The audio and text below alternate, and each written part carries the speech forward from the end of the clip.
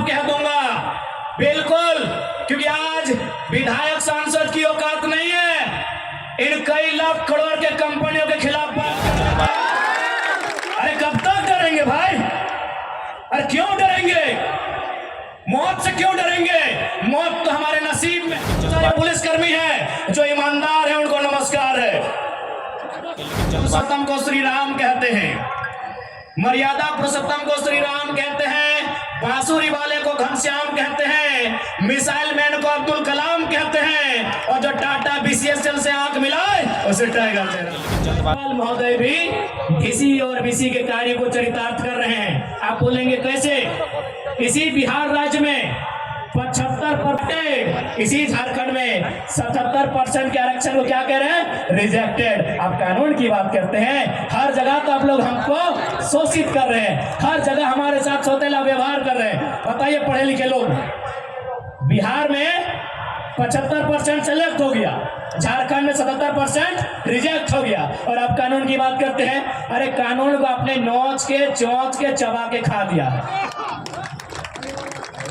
आपने संविधान को झारखंड में तार तार कर दिया है। इसलिए आज आंकड़े कहते हैं कि केवल रांची में सीएनटी जमीन को बचाते बचाते आदिवासी राज्य में 4000 आदिवासियों का मर्डर हुआ है। ये आंकड़े कहते हैं, या आंकड़े सरकार के आंकड़े हैं, रघुवर सरकार कालखंड के आंकड़े हैं। सीएनटी जमीन को बचाते बचाते केवल रांची में 4000 लोगों की हत्याएं हुई है। आप सोच के देखिए, जमशेदपुर, धनबाद और बोकारो का गिनती तभी किए नहीं है। आप किस कानून की बात करते हैं जहां हर जगह सबने कब्जा करके रखा है? आज मैं साफ साफ कहूंगा, क्योंकि बड़ी बड़ी इमारतें में हमारे बड़े भाई लोग रहते हैं। झारखंड को हम बड़ा भाई नहीं बोलते हैं, बड़ा भाई यानी बिहार, उड़ीसा, बंगाल। इन बड़ी बड़ी इमारतों में जो भी हमारे बड़े भाई रहते हैं, क्योंकि आपको भी हमारा बात सुनने का अधिकार है, लोकतांत्रिक भारत है, आपको भी हम संदेश देंगे कि हम स्वीकार करते हैं कि हम संवैधानिक दृष्टिकोण से बिहार का हिस्सा रहे हैं। हम स्वीकार करते हैं कि ऐतिहासिक दृष्टिकोण से और खासकर अंग्रेजों के दस्तावेज के अनुसार हम बंगाल प्रेसिडेंसी का भी हिस्सा रहे हैं। लेकिन याद रखिएगा, हमारी स्वतंत्र विचारधारा सदियों से रही है। अब चलिए मान लेते हैं कि हम लोग आपस में 4 भाई हैं, बंगाल, बिहार, उड़ीसा, झारखंड। तो आज बंगाल के पास 88,752 वर्ग किलोमीटर का धरती है। आज बिहार के पास 94,163 वर्ग किलोमीटर की धरती है। आज उड़ीसा के पास 1,55,707 वर्ग किलोमीटर की धरती है। जब हम आपकी धरती में नजर नहीं गड़ाते हैं, तो आप हमारी 79,714 वर्ग किलोमीटर की धरती में नजर क्यों गड़ाते हैं? छोटा भाई आपसे सवाल करता है। कोई डरने का बात नहीं है, मीडिया के सामने से सवाल करते हैं। पश्चिम बंगाल से, बिहार से, उड़ीसा से, आप तीनों हमारे बड़े भाई हैं। हम इलेक्ट्रॉनिक्स मीडिया सभी को जोहार, झारखंडी जोहार, नमस्कार, आदाब। और साथ ही साथ देख पा रहे हैं जैसा कि स्थानीय थाना प्रभारी भी आए हैं अपने दल बल के साथ, उनका भी बहुत बहुत धन्यवाद करते हैं, आभार करते हैं। और शायद ऐसा प्रतीत हो रहा है कि आंधियों का आना आरंभ हुआ है। और खैर, अगर टाइगर की एंट्री और अगर आंधी तूफान ना तो फिर स्वागत किस काम का? तो सबसे पहले मैं अपनी बातों को आगाज करने से पूर्व जमशेदपुर के पूर्व सांसद अमर शहीद सुनील महतो को नमन करता हूं, वंदन करता हूं। और आज लोकतंत्र के चौथे स्तंभ के माध्यम से मैं वर्तमान राज्य सरकार से आह्वान करूंगा कि केंद्र सरकार से शहीद सुनील महतो की हत्या के लिए एनआईए का गठन हो, एनआईए की टीम उनकी जांच करे, उनकी मृत्यु के कारणों का खुलासा करे और तमाम अपराधियों को कटघरे के भीतर लाके खड़ा करे। ये मैं राज्य सरकार से मांग करता हूं।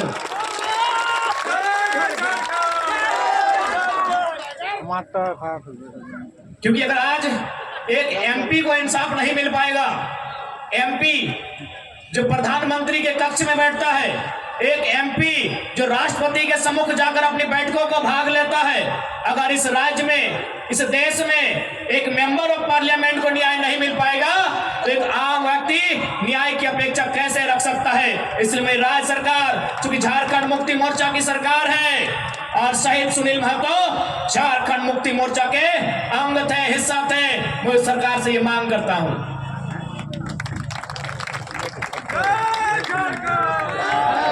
तो आज ये मेरे लिए भी गर्व का विषय है और शायद ये झारखंड के इतिहास का पहला विषय होगा कि हम प्रत्याशी हैं कोयलांचल का और नारा अगर जमशेदपुर में लग रहा है तो ये भी गर्व का विषय है। खैर, जी हाँ, लोकसभा प्रत्याशी हमने गिरिडीह के लिए सोचा है, अब जमशेदपुर की धरती में नारा लगा रहे हैं तो कोशिश कीजिए नारा कम लगाए, तो जमशेदपुर में ही मन बना सकते हैं। खैर, अभी जमशेदपुर के लिए इरादा नहीं है, क्योंकि मेरा सोच है कि हम पहला वोट खुद को दें और मेरा वोटर आईडी गिरिडीह में है। इसलिए बाकी भविष्य में जहां जहां से लोग डिमांड करेंगे और जहां से हम लड़ सकते हैं वहां मैदान जंग में शामिल होंगे, क्योंकि हम एक क्षेत्र का लीडर बनने नहीं आए हैं।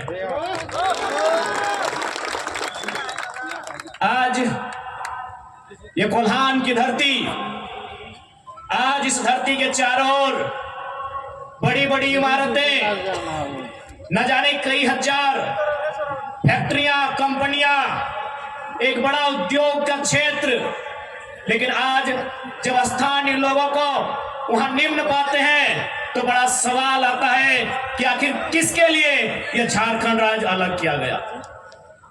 88 सालों का संघर्ष, 88,000 का बलिदान, धरती आबा बिरसा मुंडा की जन्मतिथि 2015 नवंबर को यह राज्य अलग हुआ, बिहार राज्य से कटकर 46% भूभाग लेकर 79,714 वर्ग किलोमीटर और उस समय 18 जिले लेकर यह राज्य अलग हुआ।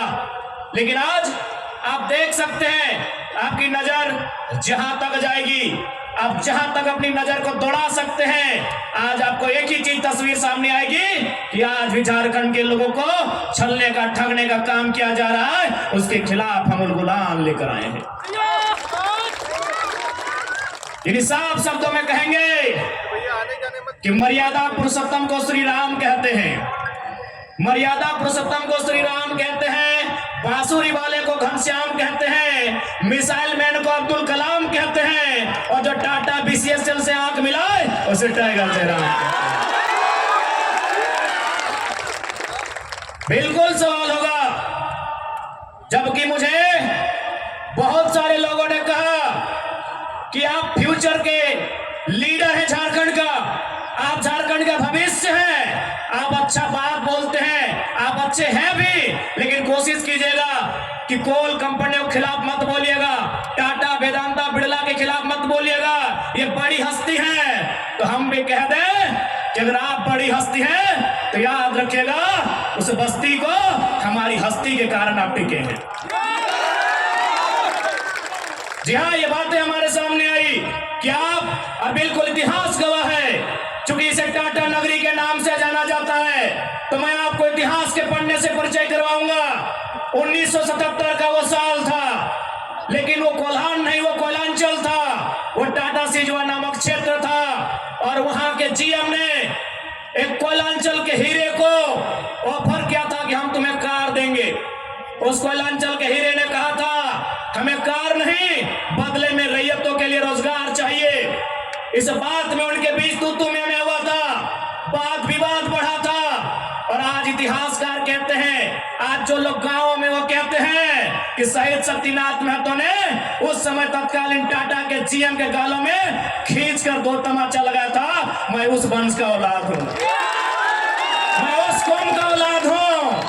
हाँ, ये मानता हूं कि बदले में फिर बाद में शहीद शक्तिनाथ महतो की हत्या उसी टाटा के जीएम के नेतृत्व में हुआ था। आज उसी का पाई पाई हिसाब लेने आया हूं। अरे कब तक डरेंगे भाई? अरे क्यों डरेंगे? मौत से क्यों डरेंगे? मौत तो हमारे नसीब में है। 77 में शक्तिनाथ महतो, 10 साल बाद 87 शहीद निर्मल महतो, 12 साल बाद 99 रतिलाल महतो, फिर 8 साल बाद 2007 शहीद सुनील महतो। तो सुन लीजिए कंपनी के दलालों, 77, 87, 7 अंत में साथ साथ आता है।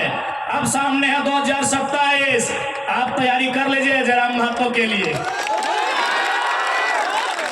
लेकिन इस बार भूल मत कीजिएगा, क्योंकि मैं अपने समर्थकों को साफ साफ कह दूंगा, बिल्कुल, क्योंकि आज विधायक सांसद की औकात नहीं है इन कई लाख करोड़ के कंपनियों के खिलाफ बात करने की, लेकिन एक साधारण सा लड़का इनके खिलाफ बात करता है। हो सकता है हमारी हत्या होगी, हमें परवाह नहीं, लेकिन अगर मुझे मानने वाले लोग हैं और मेरी हत्या होती है तो मैं आपसे कहूंगा उस समय धरना नहीं दिया जाएगा, ना कोई आगजनी किया जाएगा, ना ही सड़क जाम किया जाएगा और ना ही बसों का शीशा फोड़ा जाएगा। यदि सच में हमारी हत्या से आपको गुस्सा लगे तो शीशा नहीं, सर फोड़ना उन बेईमानों का जिनके कारण हमारी हत्या हुई। बहुत दिन तक डर के रहे, बहुत दिन तक डर के रहे।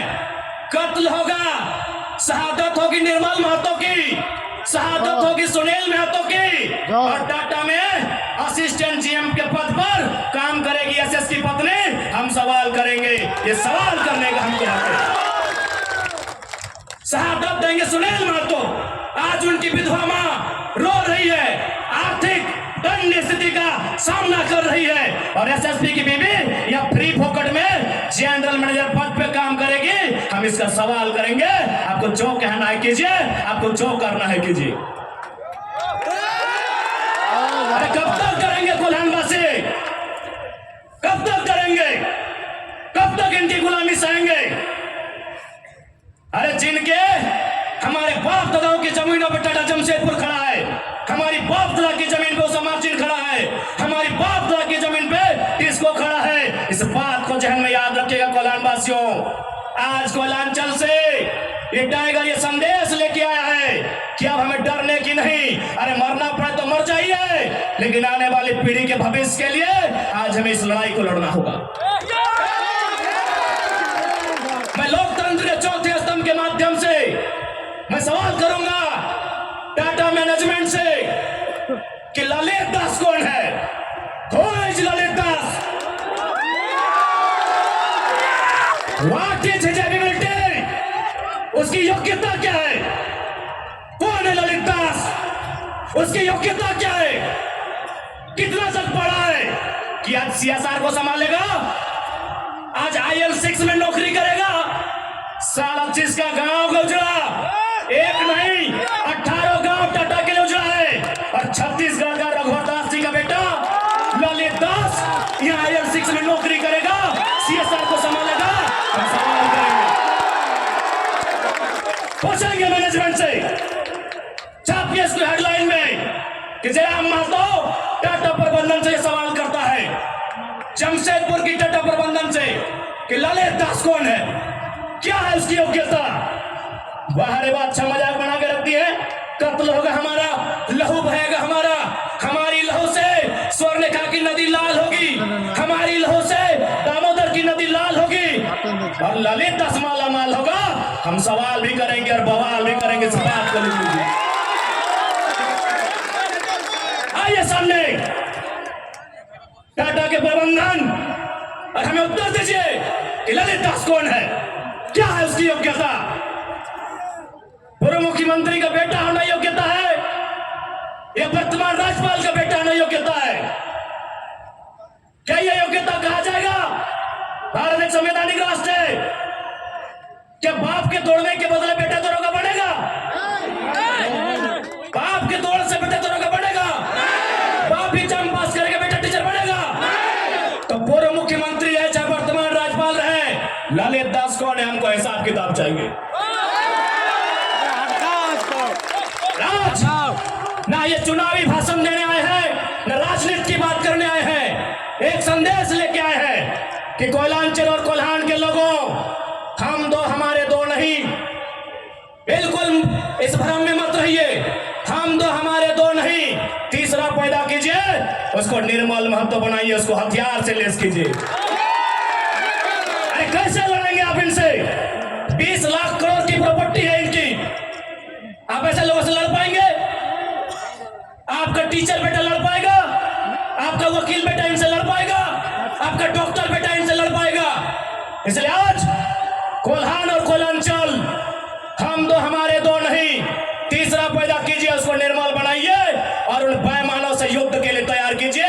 आपको बचाने कोई नहीं आएगा। अरे आप किससे उम्मीद करते हैं?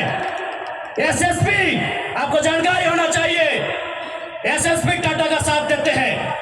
हिंदू मुस्लिम का राइट होता है, 44 मुसलमानों की दुकान तोड़ी जाती है, उस समय धारा 144 होता है, लेकिन टाटा रातों रात रोड बनाता है, धारा 144 का कहीं जिक्र नहीं होता है। आपकी सुरक्षा कौन करेगा बताइए? कौन करेगा आपकी सुरक्षा? ये हम आप बताइए हमें, कौन करेगा आपकी सुरक्षा? आज एक डोबो का वीडियो किसी हो, कोई डोबो का सीओ है। पहले मैं कहना चाहूंगा, यहाँ बहुत सारे पुलिसकर्मी हैं जो ईमानदार हैं, उनको नमस्कार है।